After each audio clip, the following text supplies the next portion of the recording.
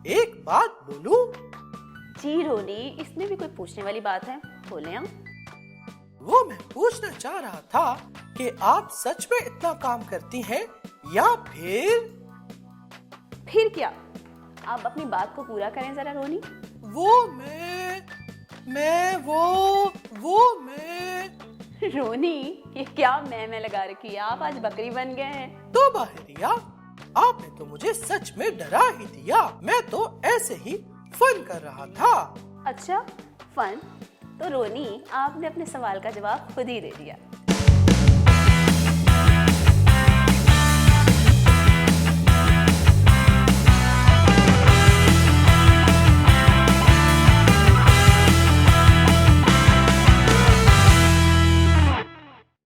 कौन सा सवाल? मैंने तो कोई भी सवाल नहीं पूछा आपसे। भुलक्कड़ नहीं बोलना मुझे रिया, मैं भुलक्कड़ तो नहीं हूँ। रोनी, मुझे आपको भुलक्कड़ बोलने की जरूरत नहीं, क्योंकि आपने खुद ही अपने आप को 2 बार भुलक्कड़ बोल दिया है। और रोनी, मैं तो काम कर रही हूँ और किसी ने तो काम करना होता नहीं, इसलिए उसके हिस्से का काम भी मुझे करना पड़ता है, इसलिए काम बहुत ज्यादा हो जाता है। छोड़े भी रिया, कैसी बातें कर रही हैं? आप तो मेरी सबसे अच्छी बहन और दोस्त हैं। वो तो हूँ मैं। चलें रोनी, माफ किया आपको। बहुत बहुत शुक्रिया रिया। रोनी, आप भी ना कभी तो सीरियस हो जाया करें। ओके रिया। वैसे रिया, खुदा ने सारी दुनिया कितनी हिकमत से बनाई है। जी रोनी, बिल्कुल, ये तो है। और रिया, सारी कायनात की चीजें कितनी तरतीब से बनी हैं। दिन के बाद रात, सूरज, चांद, बारिश, सितारे, सियारे सब अपनी जगह पर कायम हैं। अरे वाह रोनी, आज ये सब ख्याल कहाँ से आ रहे हैं आपको? बस रिया, आपको तो पता ही है कि आपका भाई जीनियस है। जी हाँ रोनी, बिल्कुल। रिया, आप जानते हैं ना कि कई लोग ऐसा भी मानते हैं कि ये सारी कायनात किसी धमाके से बनी है। जी रोनी, पता है मुझे, और मुझे हैरत होती है कि कोई कैसे इस बात पे यकीन कर सकता है। धमाके से सिर्फ चीजें तबाह होती हैं, बनती नहीं हैं। ठीक कहा रिया आपने। ये तो ऐसा ही है जैसे कोई शख्स कहे कि जहाजों के एक बड़े से कबाड़ खाने में अचानक से एक धमाका हुआ और उस से एक मॉडर्न हवाई जहाज खुद ब खुद बन गया। क्या कोई यकीन करेगा इस बात पर? बिल्कुल भी नहीं रोनी, और मुझे आपकी मिसाल तो बहुत ही जबरदस्त लगी। जब इस तरह के धमाके से एक हवाई जहाज नहीं बन सकता, तो पूरी कायनात कैसे बन सकती है? सोचने की बात है। और या सादा से सादा चीज भी जो इस दुनिया में मौजूद है, खुदा ने उसे भी बेहद तरतीब से तख्लीक किया है। जैसे लकड़ी का एक छोटा सा टुकड़ा ही ले ले, जब माइक्रोस्कोप से देखे तो उसकी बनावट में भी तरतीब है। Oh wow, amazing Ronnie. Thank you Riya. तो रोनी, क्यों ना आज आप मुझे तख्लीक के बारे में कुछ बताएं? जरूर रिया, ऐसा करने से हम और नई बातें सीख पाएंगे। तो पूछें आप। तो रोनी, खुदा ने इस दुनिया की तख्लीक कैसे की? ये तो बहुत आसान सवाल पूछ लिया आपने। खुदा ने कहा और सब कुछ वजूद में आता गया, यानी बनता गया। बाइबल मुकद्दस में ज़बूर 33:6-9 आयत में लिखा है, आसमान खुदावंद के कलाम से और उसका सारा लश्कर उसके मुंह के दम से बना, क्योंकि उसने फरमाया और हो गया, उसने हुक्म दिया और वाक़या हुआ। हालेलुया, जबरदस्त रोनी। खुदा ने ही अपने कलाम से सब कुछ खल्क किया। रिया, खल्क मतलब? रोनी, खल्क का मतलब है नेज से हेस्त हो जाना। है? रोनी, बता रही हूँ, मुंह बंद कर लो, कहीं मक्खी ना चली जाए मुंह में। वेरी फनी रिया। रोनी, नेज से हेस्त में लाने का मतलब होता है जहाँ किसी चीज का वजूद ना हो, वहाँ किसी चीज को तख्लीक कर। शाबाश रिया, जीनियस रोनी के साथ रहकर आप भी काफी जीनियस हो गई हैं। गुड। अरे वाह रोनी, अगर ऐसी बात है तो जीनियस रोनी, मुझे आप ये बताएं कि ये इतनी खूबसूरत कायनात खुदा ने किस लिए बनाई? जी जी रिया, जरूर। फिर गौर से सुने। खुदा ने ये सब कुछ अपने जलाल और अपनी खुशी और शादमानी के लिए बनाया, क्योंकि वो हर चीज का खालिक है। इसीलिए खुदा ही हर तरह की हम्द सताइश के लायक है। जैसे कि मुकाशवा 4:11 आयत में लिखा है, ऐ हमारे खुदावन खुदा, तू ही तमजीद और इज्जत और कुदरत के लायक है, क्योंकि तूने ही सब चीजें पैदा की और वो तेरी ही मर्जी से थी और पैदा हुई।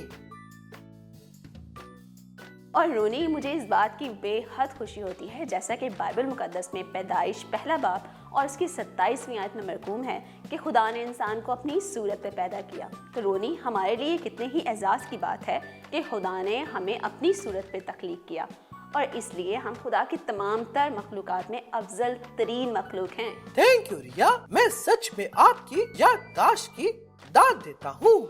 वाह वाह वाह। रोनी, अगर तो ये सच्ची तारीफ है तो बहुत बहुत शुक्रिया, वरना मैं आपको बता दूं कि महंगाई बहुत ज़्यादा हो गई है, तो मक्खन ज़रा कम लगाएं। क्या बात है रिया, आप भी ना। वैसे रोनी, मैंने आज भी हमेशा की तरह बहुत ज़्यादा बरकत पाई है। मैंने भी रिया, और मैं उम्मीद करता हूँ कि हमारे दोस्तों ने भी बहुत बरकत पाई है। बल्कि मुझे याद आ गया रिया कि निम्रा तो आज काफी जल्दी आ गई है। लगता है आज की कहानी वाकई और भी दिलचस्प होने वाली है। तो फिर किस बात की देर है रोनी, चलें फिर चलते हैं अमजद भाई और निम्रा के पास और आज की स्टोरी सुनते हैं।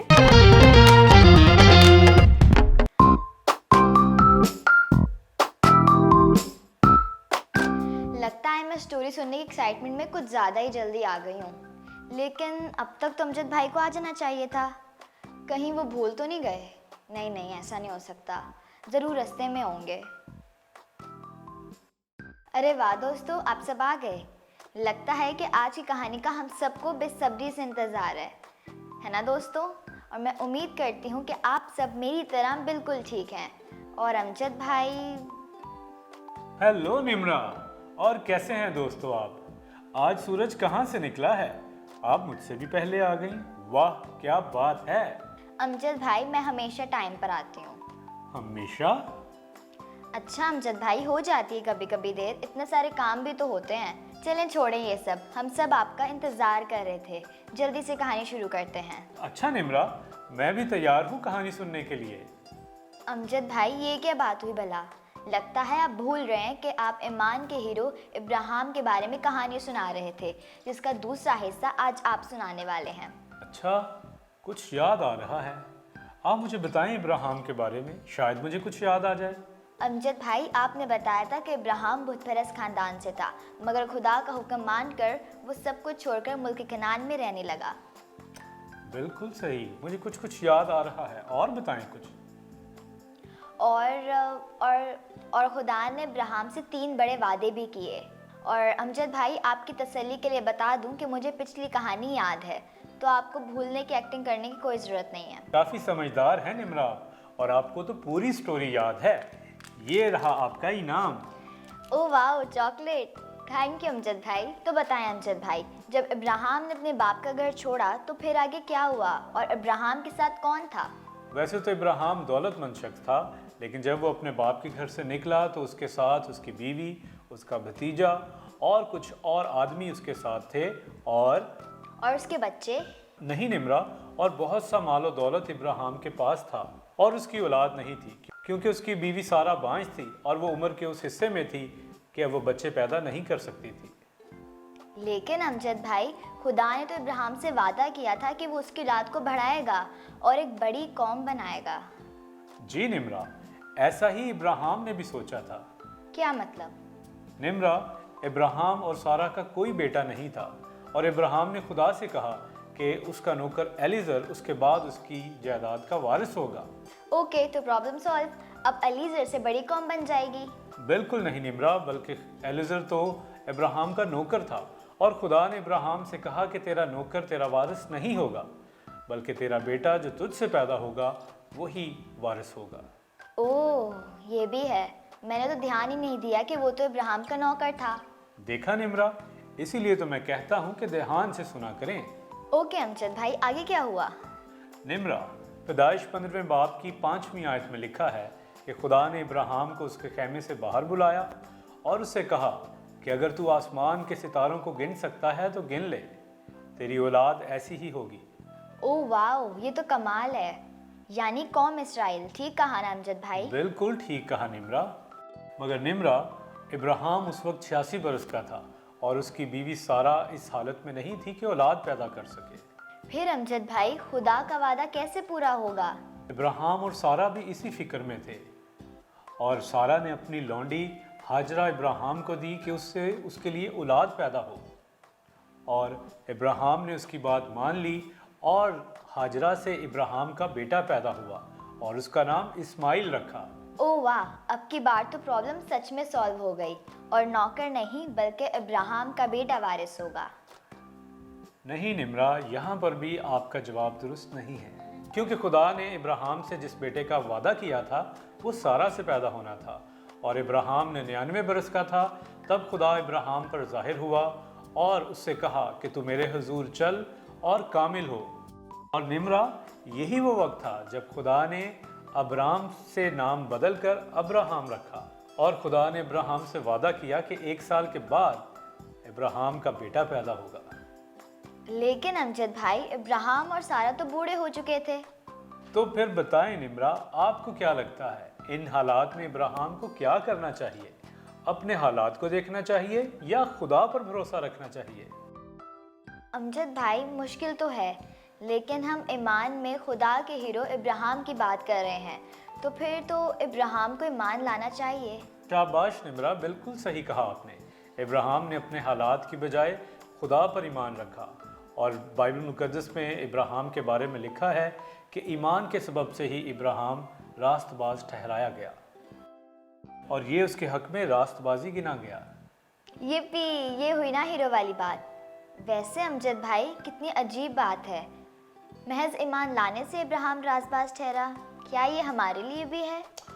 बिल्कुल निम्रा, हम भी खुदा के बेटे यीशु मसीह पर ईमान लाकर रास्तबाज ठहर सकते हैं। और दोस्तों, हम सबको भी खुदा और उसके बेटे यीशु मसीह पर ईमान रखते हुए अपनी ज़िंदगी गुजारनी चाहिए। और अमजद भाई, इब्राहिम की तरह हमारे लिए भी ये चैलेंज है कि हालात चाहे कैसे भी हो मगर खुदा पर ईमान कायम रखना है। एकदम ज़बरदस्त बात कही निम्रा आपने। Thank you so much Amjad भाई। मैं बहुत खुश हूँ इब्राहिम के बारे में जानकर, और मुझे पता है कि अभी भी इब्राहिम के बारे में जानना बाकी है। जी हाँ दोस्तों, इब्राहिम के बारे में और भी बहुत कुछ जानेंगे, लेकिन उसके लिए आपको करना होगा इंतज़ार। तो फिर जल्दी से इस एपिसोड को लाइक करें और दूसरों के साथ शेयर करें और उम्मीद किड्स टीवी को करें सब्सक्राइब। फिर मिलेंगे। तो प्यारे दोस्तों, कैसी लगी आपको आज की स्टोरी? मुझे उम्मीद है कि निम्रा और अमजद भाई के साथ आज की स्टोरी को आपने बहुत ज़्यादा एंजॉय किया है। अगर आप चाहते हैं कि आप मज़ीद स्टोरीज़ और सुने तो आप हमारे साथ इसी तरह उम्मीद किड्स टीवी पे बने रहें। और इसी के साथ अगले एपिसोड में फिर से मिलेंगे। तब तक के लिए बाय बाय। Bye bye.